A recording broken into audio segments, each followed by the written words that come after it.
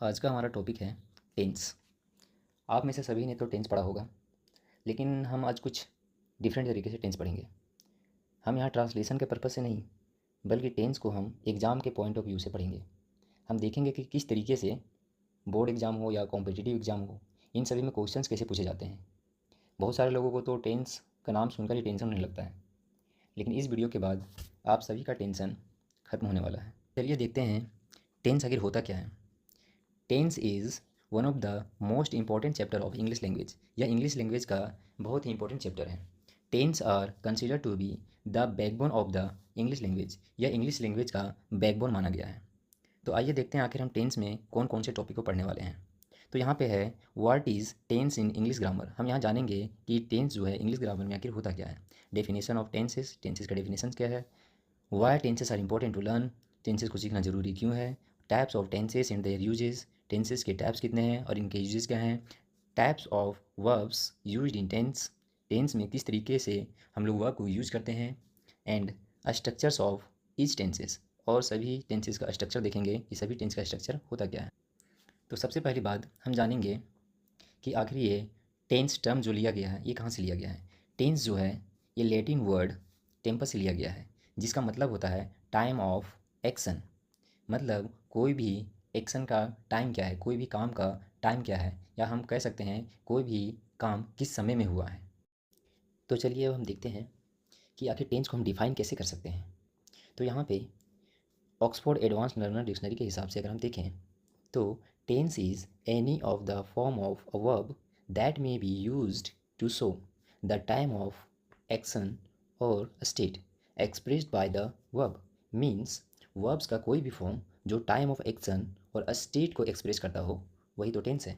या फिर इसे हम ये भी बोल सकते हैं tense is the study of form of verbs. Means verb के अलग अलग फॉर्म की स्टडी करना ही टेंस कहलाता है। या फिर हम कह सकते हैं tense are use to denote time and action. Tense जो है टाइम और एक्शन को डिनोट करता है। या फिर हम टेंस को अगर सिंपल वे में समझना चाहें तो हम कह सकते हैं समय के साथ वर्ब के फॉर्म में आए बदलाव को ही हम टेंस कहते हैं। या फिर इससे भी और सिंपल में समझना चाहें तो हम कह सकते हैं कोई भी काम किस समय में हुआ है और कितना हुआ है, ये जो बतलाए वही टेंस होता है। तो हम यहाँ देखते हैं टेंस में दो ही चीज़ें हैं, पहला टाइम और दूसरा एक्शन। यही दोनों चीज़ मिल करके, यही दोनों वर्ड्स मिल करके टेंस बना हुआ है। तो हम अब देखेंगे टाइम और टेंस में डिफरेंस क्या है। बहुत सारे लोग टाइम और टेंस को एक ही मान लेते हैं, लेकिन टाइम और टेंस दो अलग अलग, दो डिफरेंट टर्म्स हैं। तो चलिए सबसे पहले देखते हैं टाइम के बारे में। Time is a non grammatical term. Time जो है एक नॉन ग्रामेटिकल टर्म है, मीन्स इसका ग्रामर से कोई भी वास्ता नहीं है। और टाइम जो है एक यूनिवर्सल कंसेप्ट है। मीन्स यहाँ देखा जाए जिस समय लोगों को कोई भी लैंग्वेज की जानकारी नहीं थी, उस समय भी लोग टाइम के तीन एस्पेक्ट्स को जानते थे। मीन्स वो पास्ट, प्रेजेंट और फ्यूचर, इन तीनों टाइम को फील तो करते थे। लेकिन यहाँ पे जो टेंस है एक ग्रामेटिकल टर्म है, और यह वर्ब्स के अलग अलग फॉर्म्स को बताता है। तो टाइम और टेंस को समझने के लिए हम कुछ एग्जांपल्स को लेते हैं, तभी हमें पता चलेगा कि टाइम और टेंस में आखिर डिफरेंस है क्या। तो यहाँ पे फर्स्ट सेंटेंस है I am going to Delhi next month. इस सेंटेंस में वर्ब प्रेजेंट टेंस में है, लेकिन सेंटेंस फ्यूचर टाइम को इंडिकेट कर रहा है। मीन्स अभी दिल्ली जाने के काम हुआ नहीं है, फ्यूचर में होगा, नेक्स्ट मंथ होगा। और इस सेंटेंस का जो बनावट है वो प्रेजेंट टेंस में है। दूसरा सेंटेंस देखते हैं हम, the prime minister comes here tomorrow.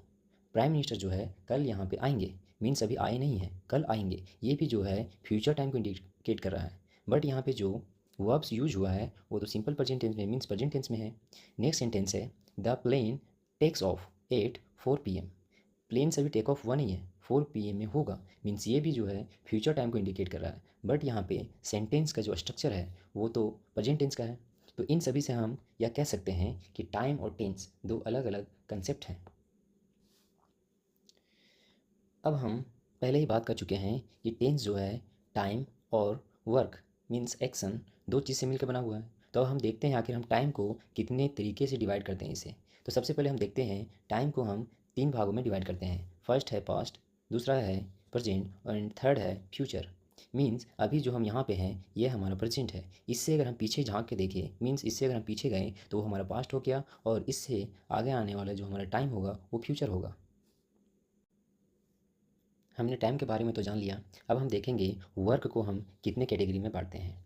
तो यहाँ पे सबसे पहले इसे हमने बांटा है सिंपल इनडेफिनिट में, सेकंड है कंटिन्यूअस, थर्ड है परफेक्ट, एंड फोर्थ है परफेक्ट कंटिन्यूअस। तो सबसे पहले देखते हैं यहाँ पे इनडेफिनिट होता क्या है। तो यहाँ पे इनडेफिनिट, इससे यह साफ हो रहा है, इससे यह साफ पता चल रहा है कि जो डेफिनिट ना हो, जो डेफिनिट ना हो, मतलब जिससे हमें यह पता ही नहीं चलता है कि कोई काम पूरा हुआ है या बाकी है, या फिर इससे हमें यह पता ही नहीं चलता है कि टाइम का ड्यूरेशन क्या है। सेकंड नंबर में बात करें कंटिन्यूअस, तो इससे यह पता चलता है कि कोई भी काम जो है वो कंटिन्यू है, मीन्स जारी है या फिर लगातार है। थर्ड नंबर हमारा आता है परफेक्ट। परफेक्ट मीन्स होता है जो बिल्कुल परफेक्ट हो, मीन्स जो 100% कंप्लीट हो चुका हो। और परफेक्ट जो है दो टाइम पीरियड को जोड़ने का काम करता है। इसे हम नेक्स्ट परफेक्ट टेंस में पढ़ेंगे। नेक्स्ट हमारा है परफेक्ट कंटिन्यूअस। इसमें दो टर्म है, परफेक्ट एंड सेकेंड है कंटिन्यूअस। जैसा कि मैंने ये बताया, परफेक्ट मीन्स होता है जो काम 100% कंप्लीट हो चुका हो, और साथ ही मैंने ये भी बताया कि कंटिन्यूअस मीन्स होता है वैसा काम जो अभी कंटिन्यू हो, जो खत्म नहीं हुआ है। तो दोनों एक साथ लाने का मतलब क्या है, तो यहाँ पे परफेक्ट जो है यह जो है एक एग्जैक्ट पॉइंट ऑफ टाइम को बताता है, और कंटिन्यूअस यह बताता है कि वह काम जो है अभी कंटिन्यू है, मीन्स जारी है। या हम यह कह सकते हैं कि कंटिन्यूअस जो है यह बताता है कि वह जो काम है अभी इनकम्प्लीट है, पूरा नहीं हुआ है। तो अभी तक हमने देखा कि टाइम और वर्क को मिलाने से हमें टेंस मिलता है, मतलब टेंस जो है टाइम एंड वर्क का कॉम्बिनेशन है। तो हम अगर टाइम और टेन वर्क को मिला दें, अगर हम टाइम और वर्क को मिला दें तो हमें टेंस मिलेगा। तब हमें जानना है कि टेंस आखिर कितने टाइप्स का होता है, मीन्स टाइप्स ऑफ टेंसेस के बारे में जानेंगे। तो फर्स्ट हमारा होता है प्रेजेंट टेंस, सेकेंड होता है पास्ट टेंस, एंड थर्ड है फ्यूचर टेंस। प्रेजेंट टेंस वर्तमान के बारे में बताता है, मतलब अभी के बारे में बताता है, और पास्ट टेंस बीते हुए टाइम के बारे में बताता है, और फ्यूचर टेंस जो है आने वाले टाइम के बारे में हमें बताता है। ये तीनों तो हमें टाइम के बारे में बता रहे हैं, ये तीनों जो है हमें टाइम के बारे में बता रहे हैं। अगर हम इसमें वर्क को भी ऐड कर दें, means time plus work is equal to tense होता है। तो अगर इसमें हम वर्क को भी ऐड कर दें तो फिर से हमें हर एक टेंस का, मीन्स यह तीनों टेंस का चार चार कैटेगरी मिल जाएगा। तो सबसे पहले देखते हैं हम प्रेजेंट टेंस के बारे में। तो इसका फर्स्ट होता है सिंपल प्रेजेंट टेंस, या इसी को हम बोल सकते हैं इनडेफिनिट टेंस। सेकेंड होता है प्रेजेंट कंटिन्यूअस टेंस, या इसी को हम बोल सकते हैं प्रेजेंट प्रोग्रेसिव टेंस, या इसी का थर्ड नेम है प्रेजेंट इम्परफेक्ट टेंस। थर्ड होता है present perfect tense, and fourth होता है प्रेजेंट परफेक्ट कंटिन्यूअस टेंस।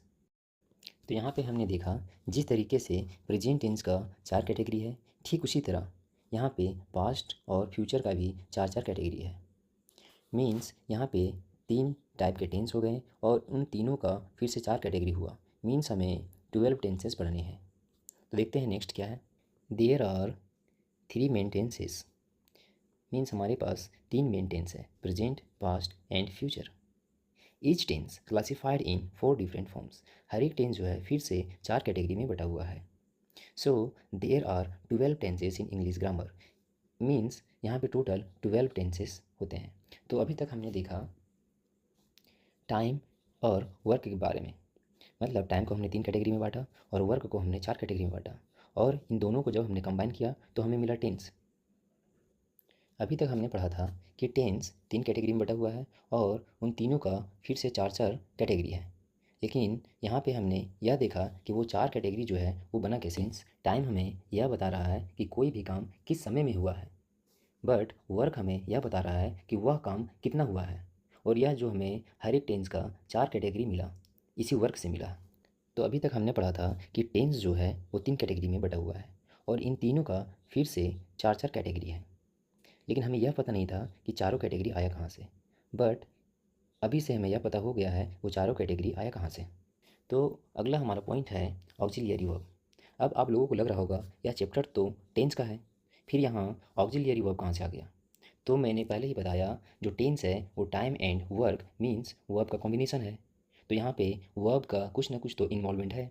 तो यहाँ पे हम सिर्फ उतना ही वर्ब के बारे में जानेंगे जितना टेंस में यूज होता है। वर्ब का एक अलग चैप्टर है, और जब हम वर्ब पढ़ेंगे तो वहाँ हम वर्ब के बारे में डिटेल से चर्चा करेंगे। फिलहाल हम ऑक्सिलियरी वर्ब के अंदर हम सिर्फ उतना ही वर्ब के बारे में बात करेंगे जितना कि टेंस में यूज होता है। ऑक्सिलियरी वर्ब को हमने to be, to have, to do और मोडाल में बांटा। टू बी के अंदर is, am are, was were. To have के अंदर have, has, had. To do के अंदर do, did, does. And modal के अंदर will, shall, can, could, shall, should, will, would, ये सभी आते हैं। बट हमें यहाँ पे सिर्फ विल और शैल की चर्चा करेंगे। यहाँ पे जितने भी सारे हैं, is, am are, was, were, have, has, had, do, did, does, इन सभी का इस टेंस में अलग से हम मतलब नहीं निकालते हैं। ये सभी जो हैं ऑक्सिलियरी वर्ब है, मीन्स इसका अलग से मतलब नहीं निकलता है, ये सिर्फ हेल्प करते हैं। ये हेल्प करते हैं सेंटेंस को पूरा करने में। तो आइए अब चलते हैं आइडेंटिफिकेशन ऑफ टेंसेस। हम टेंस को कैसे पहचानेंगे कि कोई भी टेंस जो है वो प्रेजेंट का है, पास्ट का है या फिर फ्यूचर का है। तो जहाँ भी हमें कहीं डू या डज दिख गया, इज, एम आर दिख गया, हैव, हैज़ दिख गया, इन सभी में से अगर हमें कोई भी दिख गया तो हम समझेंगे वो टेंस जो है प्रेजेंट टेंस में है। या फिर हिंदी में हैं, हों या हूँ, इन सभी को हम देखें तो हम समझ जाएंगे यह जो टेंस है वो प्रेजेंट टेंस में है। अगर हम पास्ट टेंस की बात करें तो अगर हमें किसी भी सेंटेंस में डिड, वॉज, वर, हैड या फिर हिंदी के सेंटेंस में था, थे, थी दिख जाए या फिर या ये दिख जाए तो हम समझेंगे ये जो सेंटेंस है ये पास्ट टेंस का सेंटेंस है। अगर हम फ्यूचर टेंस की बात करें तो विल, सेल प्लस हैव या फिर हिंदी में गा, गे दिख जाए तो हम समझेंगे ये जो सेंटेंसेस है, ये जो सेंटेंस है ये फ्यूचर टेंस में है। तो चलिए कुछ इंपॉर्टेंट बात कर लेते हैं। तो यहाँ पे है इंडेफिनिट टेंस जो होता है हमेशा उसमें V1 का यूज होता है, सिवाय पास्ट इंडेफिनिट के। पास्ट इंडेफिनिट में V2 का यूज होता है। कंटिन्यूअस टेंस जो होता है हमेशा V1 प्लस ING फॉर्म में होता है, एंड परफेक्ट टेंस जो होता है हमेशा V3 के फॉर्म में होता है।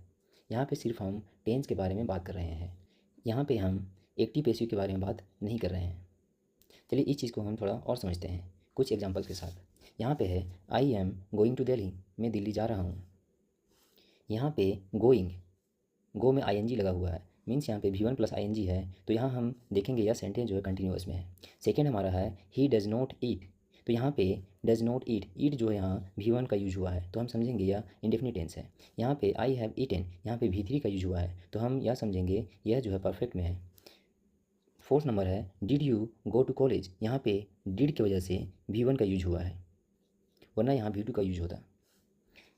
नेक्स्ट है he will buy a car, यहाँ पे बाय जो है V1 है, मीन्स यह इंडेफिनिट है। यहाँ पे मैं एक बात और बताता चलूँ कि सिंपल प्रेजेंट टेंस में हम V1 का यूज़ और V5 का यूज़ दोनों करते हैं। V1 का यूज़ हम फर्स्ट पर्सन और सेकंड पर्सन के साथ करते हैं, बट V5 का यूज़ हम थर्ड पर्सन सिंगुलर के साथ करते हैं। एक्शन एंड नॉन एक्शन के बेसिस पे वर्ब को हमने फिर से दो कैटेगरी में बांटा है। फर्स्ट है हमारा अस्टेटिव वर्ब एंड सेकेंड है हमारा एक्शन वर्ब। एक्शन वर्ब में क्या होता है, हमारा फिजिकल इन्वॉल्वमेंट होता है, मतलब हम कोई भी काम जो करते हैं वो हमारा एक्शन वर्ब हो गया। या फिर कोई भी तरह का इवेंट मतलब सेलिब्रेशन या ऑर्गेनाइजेशन हम करते हैं वो हमारा एक्शन वर्ब हो गया। बट अस्टेटिव वर्ब वो होता है जिसमें हम कोई भी तरह का फिजिकल काम नहीं करते हैं। अस्टेटिव वर्ब हमारे स्टेट्स को बताता है, मीन्स हमारी अवस्था को बताता है। इसमें मेंटल और थिंकिंग दोनों आता है। इसे बेहतर तरीके से समझने के लिए हम कुछ एग्जांपल्स लेते हैं। यहाँ पे है आई एम रनिंग, रनिंग यहाँ पे एक वर्क है। आई एम ईटिंग, ईटिंग एक वर्क है। सी डांसेस, डांसेस वर्क है।